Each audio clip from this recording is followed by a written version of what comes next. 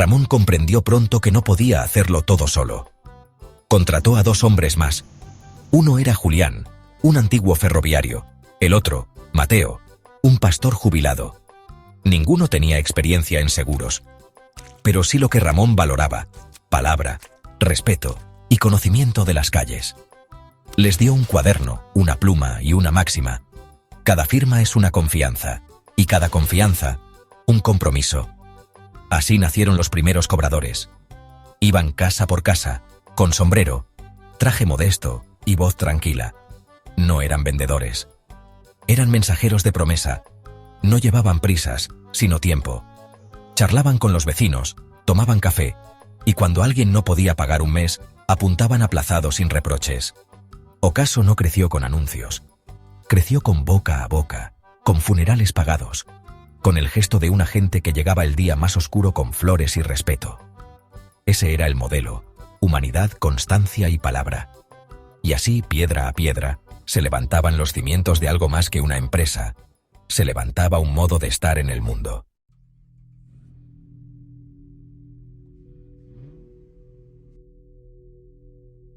Julio de 1936. La ciudad de Madrid había cambiado. Las banderas ondeaban agitadas, los cánticos se mezclaban con gritos, y el miedo, aunque silencioso, se arrastraba por las calles como una niebla espesa. Los agentes de ocaso ya no podían caminar con la misma libertad. Algunos barrios se volvieron imposibles. Las familias que antes abrían sus puertas ahora escondían sus fotos, sus papeles, sus convicciones. Ramón de Ortega observaba desde la ventana de su oficina, en la calle Princesa, cómo el orden que conocía se deshacía. No era político. Nunca lo había sido. Pero sabía que la muerte, su materia de trabajo, ahora se volvía una sombra omnipresente. Más brutal, más injusta, más colectiva. En las primeras semanas de conflicto, Ocaso cerró 3 oficinas por seguridad. Varios cobradores fueron llamados al frente. Julián se ofreció como voluntario en un hospital de campaña.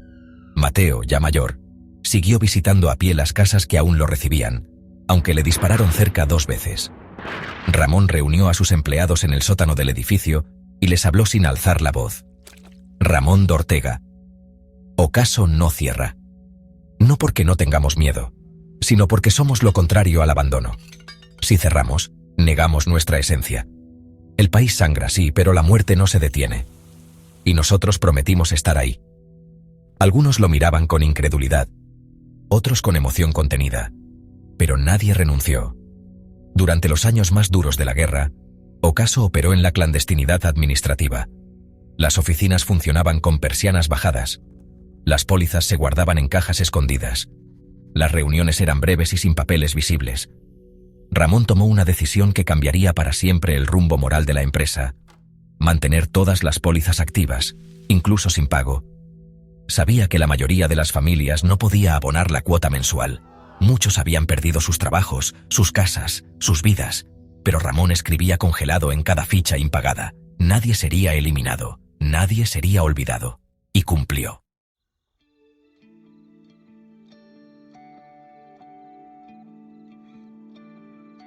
España, años 40. La guerra había terminado, pero el país no había despertado. Las calles estaban rotas, las familias rotas, los sueños rotos. Pero entre las grietas comenzaba a brotar la vida. Las fábricas abrían a medio gas.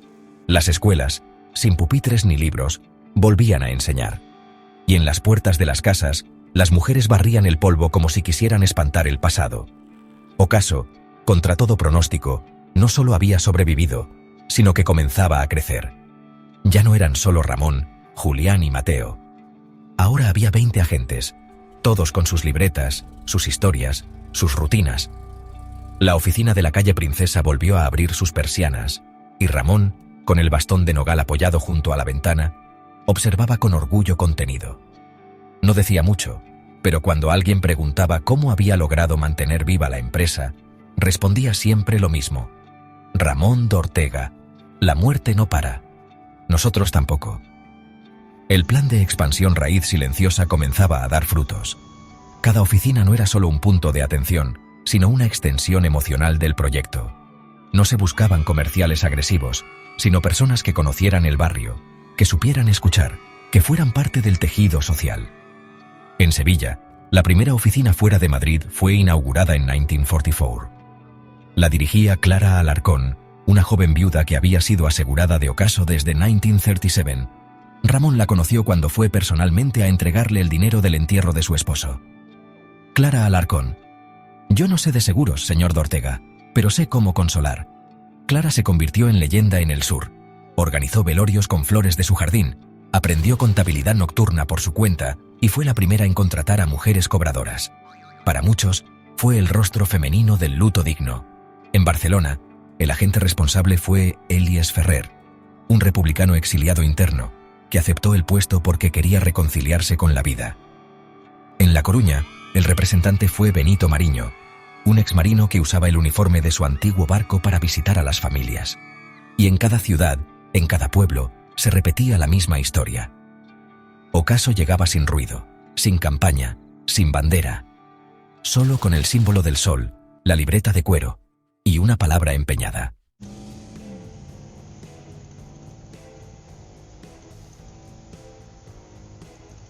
Madrid, primavera de 1961. El despacho de Ramón de Ortega olía a madera encerada, a tinta fresca y a flores secas. Era el mismo desde 1920. Su bastón colgaba junto al perchero. Sobre la mesa, la misma libreta de cuero donde había anotado la primera póliza. Y en la repisa del ventanal, una foto en sepia de su nieta Isabel, de apenas 10 años, vestida de uniforme escolar. Ramón sabía que su tiempo se agotaba. No por enfermedad, sino por el peso de los años vividos. Ya no visitaba oficinas ni firmaba contratos, pero seguía leyendo cada carta, cada reclamo, cada felicitación. Su presencia era un faro. Los agentes aún hablaban de pasar por el despacho del don como si fuera un ritual. Fue entonces cuando llamó a Isabel. Tenía 19 años, estudiaba Derecho en la Universidad Complutense y ya mostraba una inteligencia afilada y una curiosidad inquietante. Durante años, había escuchado historias de pólizas como otros escuchan cuentos de hadas. Pero ahora, Ramón le entregó algo más. Ramón de Ortega, quiero que escribas lo que ves aquí. Todo. Lo bueno, lo malo. Y que algún día decidas si esto merece continuar. Isabel comenzó a pasar horas en las oficinas. Observaba a los agentes, a los clientes, a los trabajadores de archivo. Tomaba notas con una letra pequeña y ordenada. Preguntaba, escuchaba. Comparaba la teoría legal con la práctica cotidiana. Y poco a poco, comprendió que Ocaso no era solo una empresa, era una arquitectura moral. Cuando Ramón murió en 1964, el duelo fue nacional. Se organizaron misas en todas las sedes. En su tumba, en el cementerio de la Almudena, no pusieron su cargo ni su fecha de nacimiento, solo una frase: fundador del sol, custodio del silencio. Isabel heredó no solo el legado, sino también la expectativa. Muchos dudaban de su capacidad. Era joven, era mujer, era idealista, pero también era de Ortega. En su primer discurso ante el Consejo Directivo dijo algo que marcaría su liderazgo: Isabel, no vengo a cambiar el alma de esta casa, vengo a protegerla, a traducirla al lenguaje de nuestro tiempo. Y cumplió.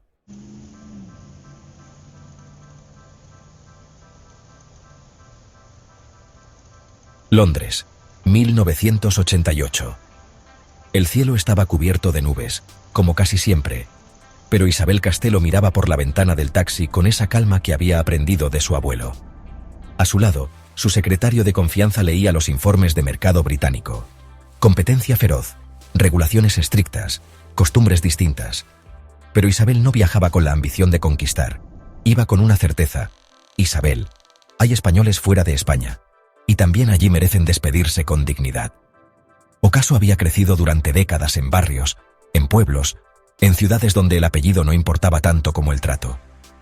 Ahora enfrentaba el reto de instalar su modelo en un entorno donde los seguros eran gestionados por grandes grupos bancarios, impersonales, automatizados, lejanos, pero donde hay una comunidad, hay una necesidad de pertenencia, y donde hay un duelo, hay espacio para el consuelo.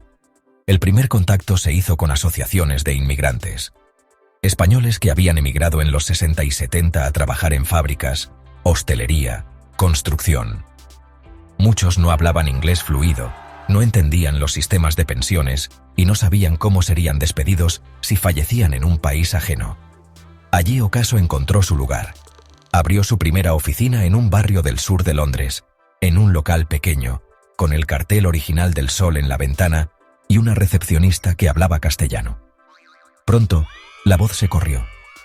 Vinieron gallegos, andaluces, manchegos, catalanes. Vinieron hijos que querían asegurar a sus padres. Padres que querían asegurar un regreso digno a su tierra. Una mujer gallega, Rosario, fue la primera asegurada en Reino Unido. Al firmar su póliza dijo: «Rosario, mi cuerpo está aquí, pero mi despedida quiero que sea como en casa». Ocaso no solo lo entendió, lo organizó. En poco tiempo la oficina se convirtió en punto de encuentro. Se ofrecían asesorías, traducciones, ayuda para gestionar repatriaciones. Pero también café, conversación, pertenencia. El equipo fue creciendo. Se contrataron agentes bilingües, se firmaron convenios con funerarias locales. Se formó una red que combinaba logística moderna con alma tradicional. En 1992, 4 años después de su apertura, la filial ya era rentable, pero más importante aún, era respetada. Un periódico comunitario escribió: «Mientras otros venden seguros, Ocaso acompaña». Este éxito llevó a Isabel a expandir la experiencia a otros puntos de Europa. Se abrieron oficinas en Alemania, Francia y Suiza, siguiendo la misma fórmula: presencia silenciosa, vínculo humano, servicio impecable.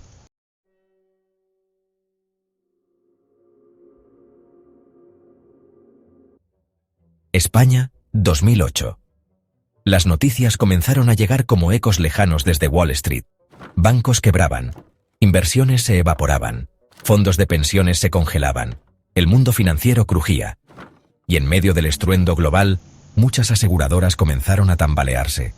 Algunas redujeron personal, otras cancelaron coberturas, algunas desaparecieron del todo, pero Ocaso no.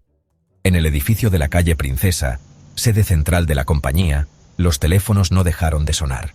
No eran reclamaciones, eran preguntas llenas de ansiedad. Varias voces. ¿Seguirá siendo válida mi póliza? ¿Van a subir las cuotas? ¿Seguirán pagando entierros? ¿Y si pierdo mi empleo? La respuesta fue siempre la misma. Sí. Sí estamos. Sí seguimos. Sí cumplimos. Desde su fundación, Ocaso había evitado entrar en mercados volátiles. Ramón lo había dejado claro: no jugamos con el dinero de los muertos. Isabel había mantenido ese principio como dogma. No había inversiones arriesgadas. No había vínculos con entidades bancarias. No había deuda. Mientras otras compañías se aferraban a rescates públicos, Ocaso tenía liquidez. Mientras algunas recortaban personal, Ocaso contrataba. Mientras los mercados gritaban, Ocaso susurraba tranquilidad. En una entrevista en Televisión Nacional, Isabel fue preguntada por su secreto. Su respuesta fue simple: «Isabel, nuestro negocio no es el crecimiento, es la permanencia». Durante ese periodo, los agentes jugaron un papel fundamental. Volvieron a sus rutas como en los años antiguos. Visitaban hogares con más frecuencia, no para vender, sino para preguntar cómo estaban las familias. Ofrecían prórrogas, adaptaciones de pago y, sobre todo, consuelo. Una agente de Bilbao escribió en su informe: «Agente de Bilbao, hoy firmé una póliza con un panadero que me dijo: si me pasa algo, al menos dejo esto en regla. Todo lo demás se tambalea, pero ustedes siguen aquí». Ocaso se convirtió en sinónimo de certeza en medio del caos. Un legado de compasión. Ocaso en la era digital. Ocaso, una empresa con raíces en la tradición, se enfrenta a la era digital con los brazos abiertos. Este viaje, sin embargo, no se trata de abandonar lo viejo por lo nuevo. Se trata de entrelazar la tecnología con la esencia de su ser, mejorando, no borrando, su toque humano. Ocaso entiende que detrás de cada interacción, cada clic, cada formulario llenado, respira un ser humano con esperanzas, sueños y ansiedades. El compromiso de la empresa con la compasión y el respeto no es una estrategia de marketing. Está tejido en la misma fibra de sus interacciones. En un mundo cada vez más impulsado por algoritmos y respuestas automatizadas, Ocaso busca recordarnos que la empatía todavía tiene un poder inmenso. Abrazando la tecnología, preservando la humanidad. Ocaso adopta las herramientas digitales no para reemplazar la conexión humana, sino para fortalecerla. Las plataformas en línea se convierten en puentes, conectando a las personas con equipos dedicados, listos para escuchar y ayudar. Imaginen un mundo donde la tecnología no aísla, sino que facilita una comprensión más profunda. Este es el mundo que Ocaso se esfuerza por crear. Sus plataformas digitales están diseñadas pensando en la experiencia del usuario, garantizando la accesibilidad y la facilidad de uso para todas las generaciones. Los programas de capacitación enfatizan la empatía y la escucha activa, empoderando a los empleados para brindar un apoyo personalizado. Historias de conexión, donde los corazones se encuentran. Está María, recientemente viuda, abrumada con el papeleo.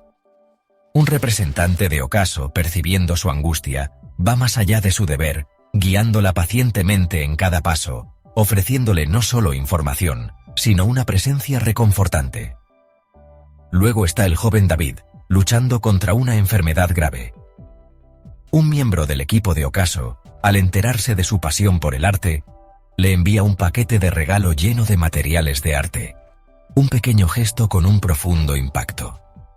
Estas historias, incontables en número, ilustran el corazón de la misión de Ocaso.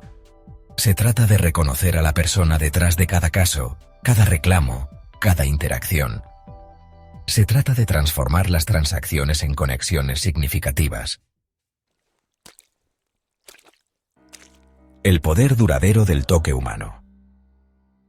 En un mundo saturado de interacciones digitales fugaces, Ocaso se erige como un faro de conexión humana.